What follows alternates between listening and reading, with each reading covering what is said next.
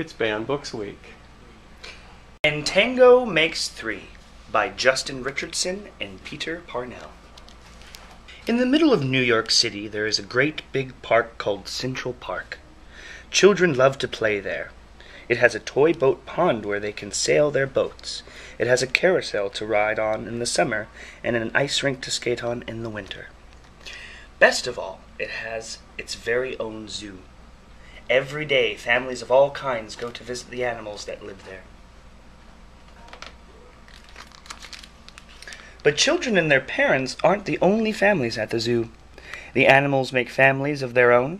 There are red panda bear families with mothers and fathers and furry red panda bear cubs. There are monkey dads and monkey moms raising noisy monkey babies. There are toad families and toucan families and cotton-top tamarin families too. And in the penguin house, there are penguin families. Every year at the same time, the girl penguins start noticing the boy penguins, and the boy penguins start noticing the girls. When the right girl and the right boy find each other, they become a couple. Two penguins in the penguin house were a little bit different. One was named Roy, and the other was named Silo. Roy and Silo were both boys, but they did everything together.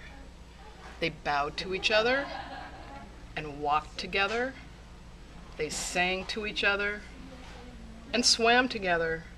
Wherever Roy went, Silo went too. They didn't spend much time with the girl penguins, and the girl penguins didn't spend much time with them. Instead, Roy and Silo wound their necks around each other. Their keeper, Mr. Gramsci, noticed the two penguins and thought to himself, "They must be in love." Roy and Silo watched how the other penguins made a home, so they built a nest of stones for themselves.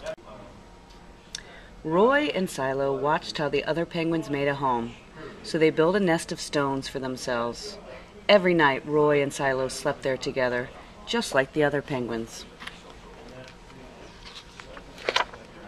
And every morning, Roy and Silo woke up together. But one day, Roy and Silo saw that the other couples could do something they could not. The mama penguin could lay an egg. She and the papa penguin would take turns keeping the egg warm until finally it would hatch, and then there would be a baby penguin. Roy and Silo had no egg to sit on and keep warm. They had no baby chick to feed and cuddle and love. Their nest was nice, but it was a little empty. One day, Roy found something that looked like what the other penguins were hatching, and he brought it to their nest. It was only a rock, but Silo carefully sat on it, and sat, and sat. When Silo got sleepy, he slept, and when Silo was done sleeping and sitting, he swam and Roy sat. Day after day, Silo and Roy sat on the rock, but nothing happened.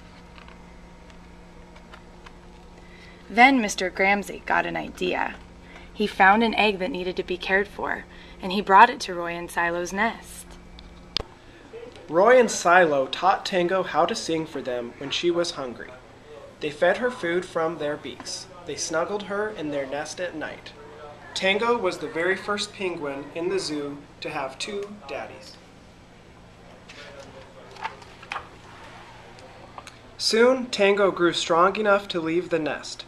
Roy and Silo took her for a swim, just like all the other penguin families. And all the children who came to the zoo could see Tango and her two fathers playing in the penguin house with the other penguins. "Hooray, Roy! Hooray, Silo! Welcome, Tango!" they cheered. At night, the three penguins returned to their nest. There, they snuggled together like all the other penguins in the penguin house and all the other animals in the zoo and all the families in the big city around them. They went to sleep.